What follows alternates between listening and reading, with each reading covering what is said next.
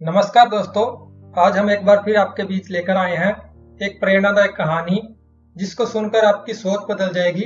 अगर यह कहानी आपको अच्छी लगे तो नीचे कमेंट करके जरूर बताना। तो चलिए शुरू करते हैं आज की कहानी। उस वक्त की बात है जब गौतम बुद्ध इस धरती पर अवतरित हुए थे। एक दिन गौतम बुद्ध धन के प्रचार के लिए वैशाली नगरी में जा रहे थे। वह अभी थोड़े ही आगे गए थे कि उन्होंने देखा कि वैशाली नगर के कुछ सैनिक भागते हुए एक लड़की का पीछा कर रहे थे। वह लड़की बहुत ही डरी हुई थी। वो एक कुएं के पास जाकर खड़ी हो गई और हाँफने लगी। उसे प्यास लगी थी तो उसे पानी पीना था। भगवान बुद्ध ये सब देख रहे थे। फिर उन्होंने उस बालिका को अपने पास बुलाया और कहा कि तुम उस कुएं से पानी निकालो और स्वयं भी पियो और हमें भी पिलाओ। उतनी ही देर में वो सैनिक वहां पहुंच गए। भगवान बुद्ध ने अपने हाथ के संकेत से उन सैनिकों से रुकने को कहा। फिर उस बालिका ने गौतम बुद्ध को कहा कि महाराज, मैं तो एक अछूत हूँ। मैं इस कुएं से पानी निकालूंगी तो जल दूषित हो जाएगा। मैं आपको कैसे पानी पिला सकती हूँ। भगवान बुद्ध ने फिर उससे कहा, बेटी, मुझे बहुत जोर की प्यास लगी है, पहले तुम मुझे पानी पिलाओ। उसी वक्त वहां पर वैशाली के राजा पहुंच गए। उन्होंने बुद्ध को नमन किया और सोने के बर्तन में पानी देते हुए कहा, महाराज, यह लीजिए, केवड़े और गुलाब का सुगंधित पानी आपके लिए है। लेकिन गौतम बुद्ध ने उस पानी को लेने से इनकार कर दिया और कहा कि हम बालिका के हाथ से पानी पिएंगे। राजा थोड़ी देर वहां रुक गए। बुद्ध ने फिर से उस बालिका से अपनी बात दोहराई।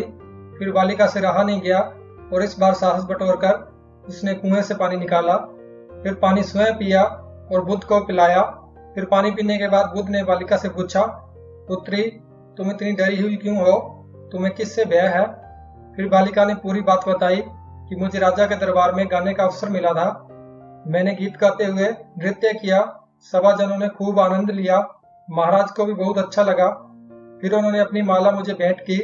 लेकिन महाराज को किसी ने बताया कि मैं एक अछूत कन्या हूँ। फिर महाराज ने उस कन्या से पूछा कि क्या तुम एक अछूत कन्या हो? फिर मैंने बताया कि हाँ, मैं एक अछूत हूँ। राजा ने यह सुनते ही अपने सैनिकों को आदेश दिया कि इस कन्या को कैद खाने में डाल दो। मैं किसी तरह वहां से बचकर यहाँ तक आ पहुंची तो आप मुझे मिल गए।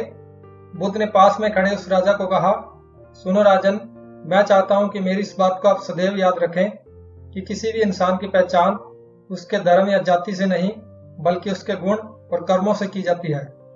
जिस बालिका के मधुर कंठ से निकले गीत और नृत्य का आप सबने आनंद उठाया, उसे पुरस्कार दिया।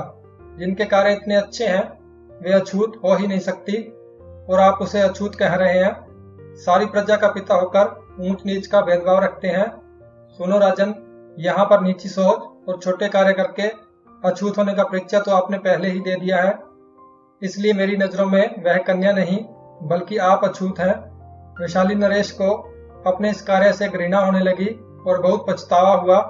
फिर वह बुद्ध के चरणों में गिर पड़े और क्षमा मांगने लगे और कहा कि आपकी इस बात को मैं सदैव याद रखूंगा, और फिर वहां से चले गए।